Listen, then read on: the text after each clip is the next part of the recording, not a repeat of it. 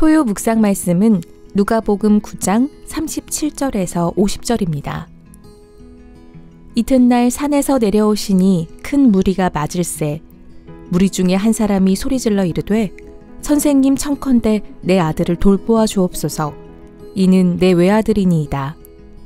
귀신이 그를 잡아 갑자기 부르짖게 하고 경련을 일으켜 거품을 흘리게 하며 몹시 상하게 하고야 겨우 떠나가나이다. 당신의 제자들에게 내쫓아 주기를 구하였으나 그들이 능히 못하더이다.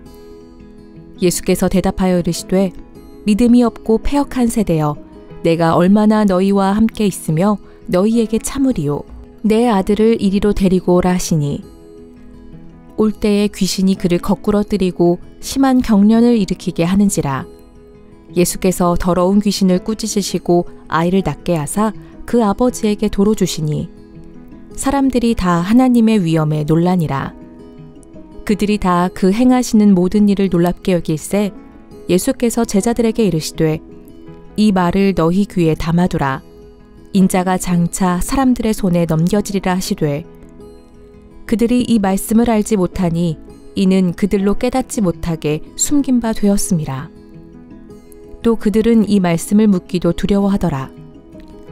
제자 중에서 누가 크냐 하는 변론이 일어나니 예수께서 그 마음에 변론하는 것을 아시고 어린아이 하나를 데려다가 자기 곁에 세우시고 그들에게 이르시되 누구든지 내 이름으로 이런 어린아이를 영접하면 곧 나를 영접함이요 또 누구든지 나를 영접하면 곧 나를 보내신 이를 영접함이라. 너희 모든 사람 중에 가장 작은 그가 큰 자니라. 요한이 여짜오되 주여 어떤 사람이 주의 이름으로 귀신을 내쫓는 것을 우리가 보고 우리와 함께 따르지 아니함으로 금하였나이다. 예수께서 이르시되 금하지 말라. 너희를 반대하지 않는 자는 너희를 위하는 자니라 하시니라. 아멘.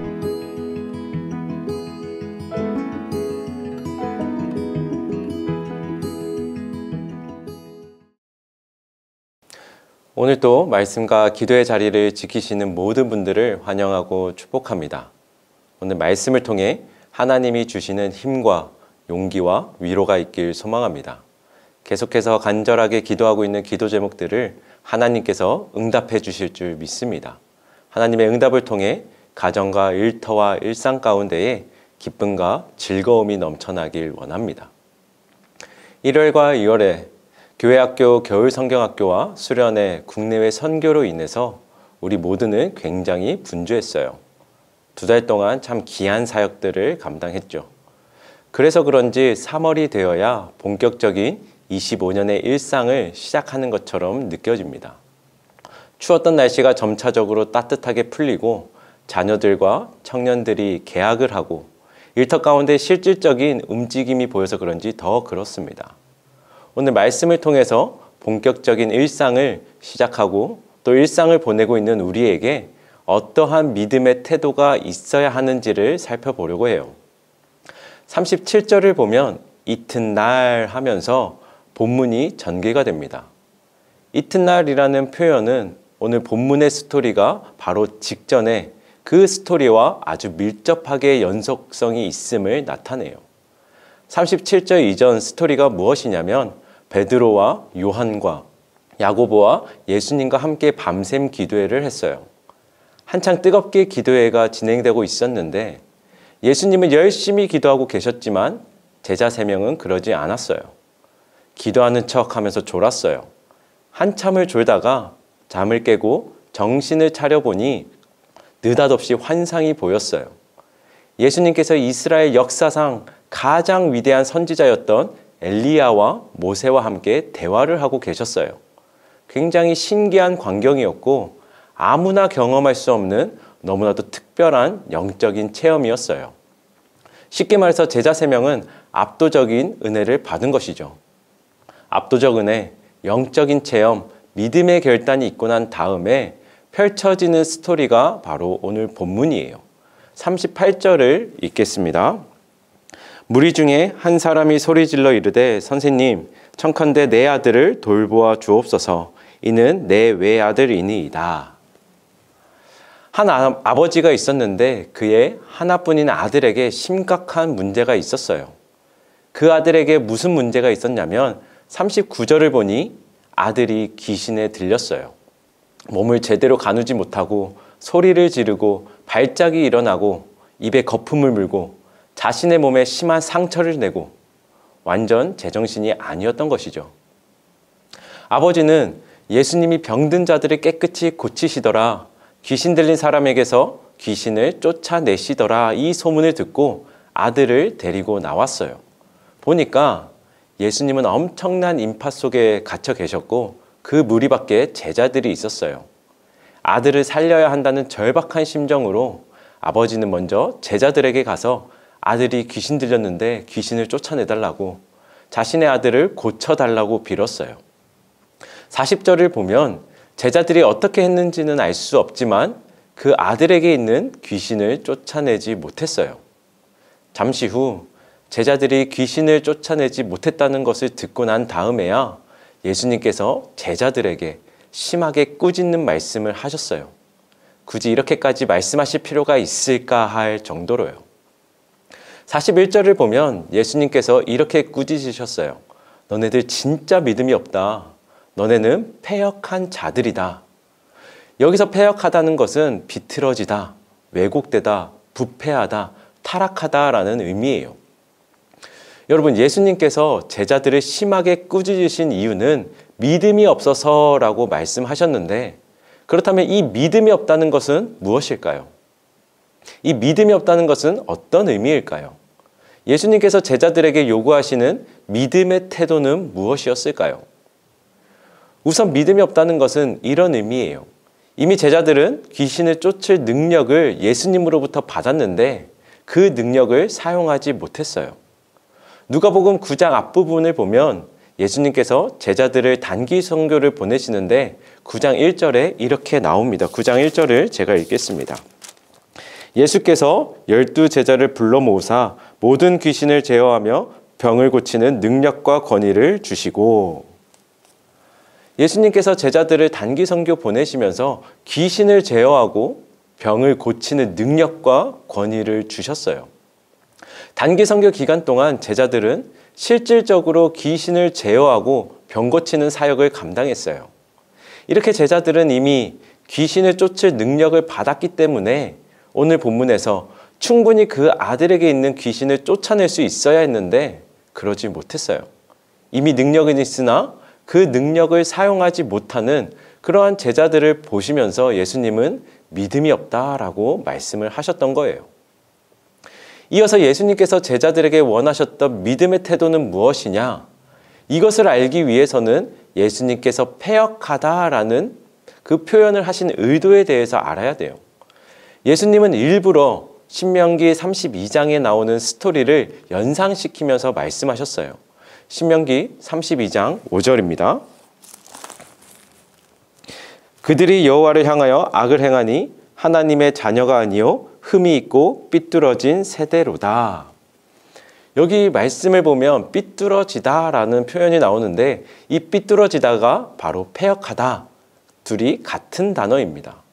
신명기 32장은 모세가 이스라엘 백성들이 가나안 땅에 들어간 후에 하나님을 떠나고 우상 숭배를 하고 세상적인 방법과 방식으로 살아가는 것을 예언적으로 경고하는 장면이에요. 실질적으로 가나안 땅에서 이스라엘 백성들의 삶의 모습은 어땠나요? 오로지 하나님만 의지하며 살았나요? 하나님의 방법과 방식으로만 살았나요? 그러지 않았습니다. 늘 왔다 갔다였어요. 하나님을 의지했다가 세상을 의지했고, 하나님의 방법과 방식으로 살았다가 세상의 방법과 방식으로 살았고, 그러다 결국 하나님을 떠났고 버렸습니다. 이렇게 하나님을 전적으로 의지하지 않고 세상을 의지하며 살아가는 것, 하나님과 세상을 동시에 붙잡고 살아가는 것, 하나님의 방법과 방식보다는 자신의 생각과 경험, 그리고 자신의 선호를 더 우선시하며 살아가는 것, 예수님은 이것이 바로 믿음이 없는 패역한 모습이다 라고 말씀하셨던 거예요.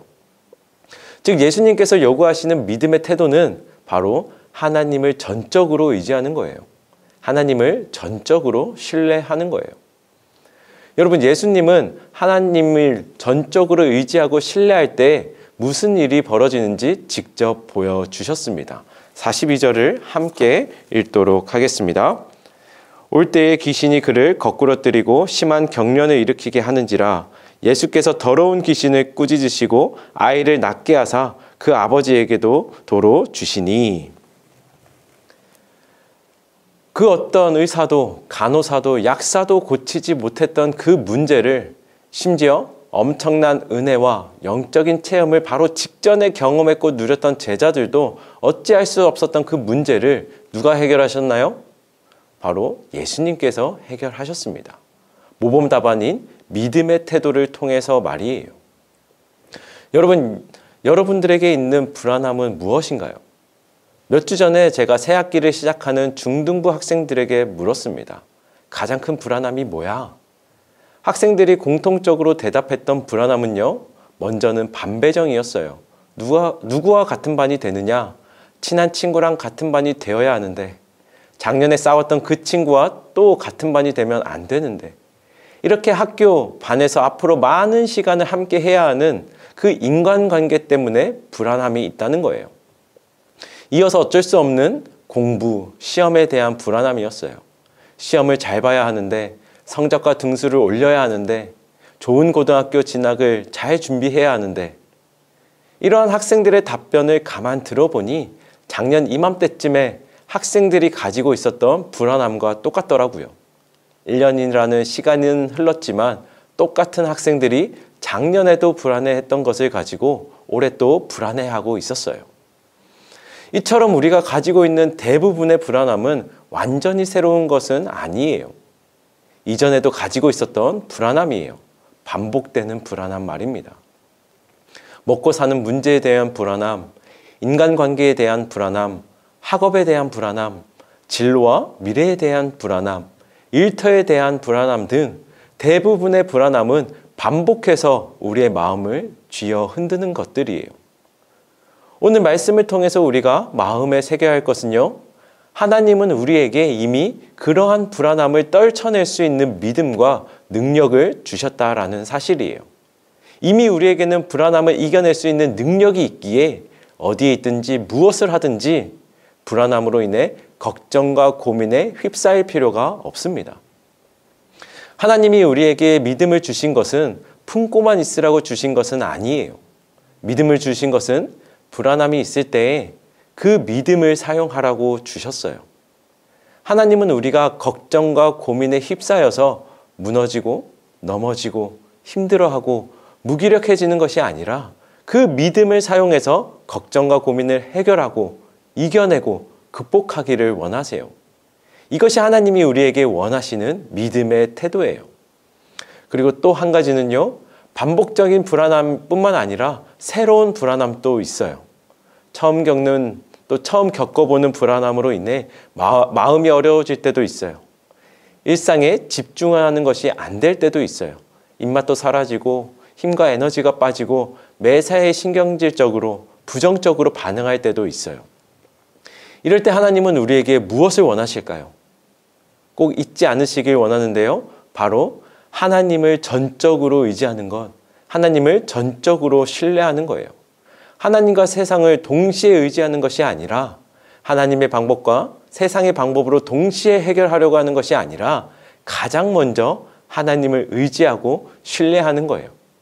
이 믿음의 태도로 살아갈 때에 하나님께서 우리에게 있는 불안함을 해결해 주시고 또한 불안함을 떨쳐버리고 이겨내고 극복할 수 있습니다. 우리의 삶 가운데 실질적인 하나님의 역사하심을 경험할 수 있습니다. 그러니 여러분, 오늘 말씀을 통해 두 가지를 결단하길 원합니다. 이미 우리에게는 불안함을 해결할 수 있는 믿음이 주어졌습니다. 우리는 늘 하나님을 전적으로 의지하고 신뢰하며 일상을 살아가야 합니다. 이 믿음의 태도를 통해 신실하신 하나님의 도우심과 공급하심, 그리고 놀라운 역사하심을 경험하는 복된 여러분들이 되길 간절히 소망합니다. 우리 이 시간 오늘 말씀을 기억하며 또한 각자가 가지고 있는 개인 기도 제목을 가지고 함께 기도하도록 하겠습니다.